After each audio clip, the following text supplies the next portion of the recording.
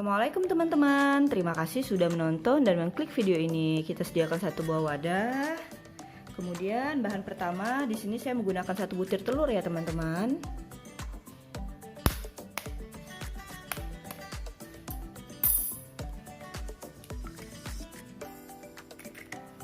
Nah, telurnya kita kocok terlebih dahulu agar putih dan kuningnya itu menyatu. Kemudian saya tambahkan air sebanyak 70 ml ya teman-teman.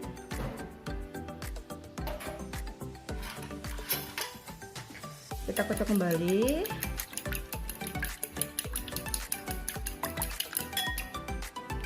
Selanjutnya di sini saya tambahkan susu bubuk. Di sini saya menggunakan susu Denkau sebanyak 50 gram. Kita masukkan.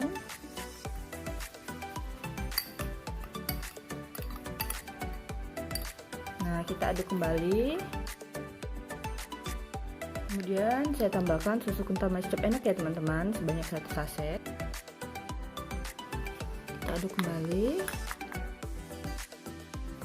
Kemudian saya tambahkan tepung terigu, boleh pakai protein sedang ataupun protein tinggi sebanyak 250 gram ya teman-teman. Kita aduk kembali. Nah, untuk bahan terakhir barulah kita tambahkan mentega. Di sini saya menggunakan sebanyak 80 gram mentega.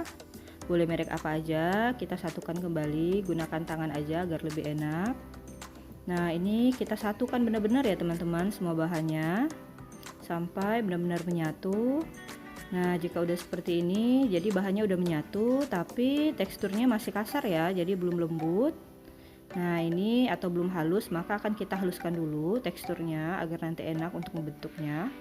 Nah, untuk menghaluskannya saya menggunakan meja ini, tapi mejanya akan saya bersihkan terlebih dahulu ya teman-teman.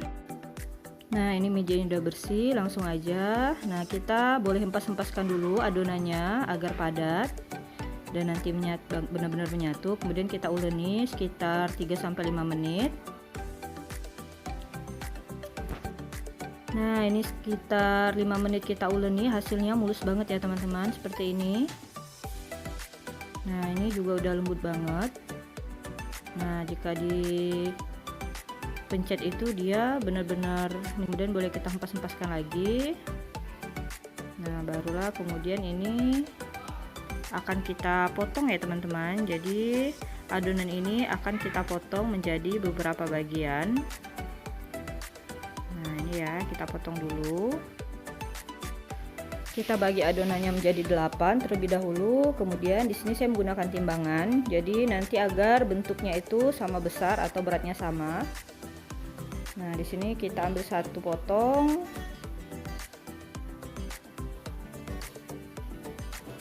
Nah, saya menimbangnya sekitar 55 gram ya teman-teman setiap potongan. Nah, ini 55 gram. Kemudian saya bulatkan adonannya.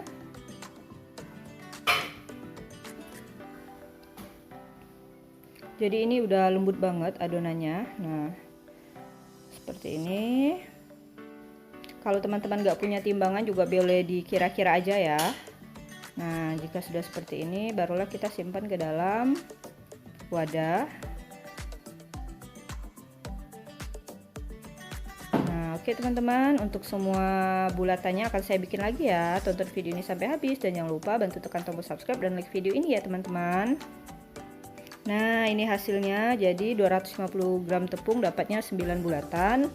Selanjutnya di sini kita juga menggunakan, nah ini adalah minyak ya teman-teman. Jadi minyak yang sudah saya simpan di dalam wadah kaca.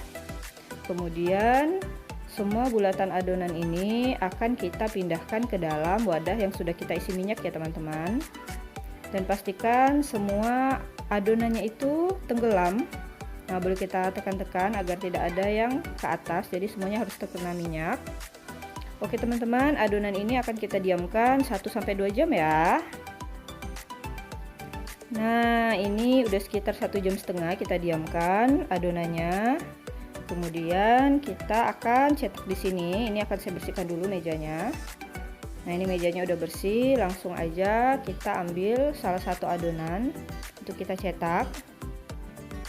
Boleh gunakan tangan, tapi kalau mau lebih mudah atau lebih cepat, teman-teman bisa gunakan Nah, saya gunakan di sini penggiling ya, penggiling biasa untuk memang adonan tepung. Yang penting kita taburi minyak agar tidak lengket. Nah, jadi memang teksturnya ini enggak sama seperti roti canai biasanya teman-teman, karena ini kita tambahkan susu, jadi dia enggak terlalu kalis. Kemudian kita tambahkan mentega, kita taburi di atasnya, barulah kita gulung.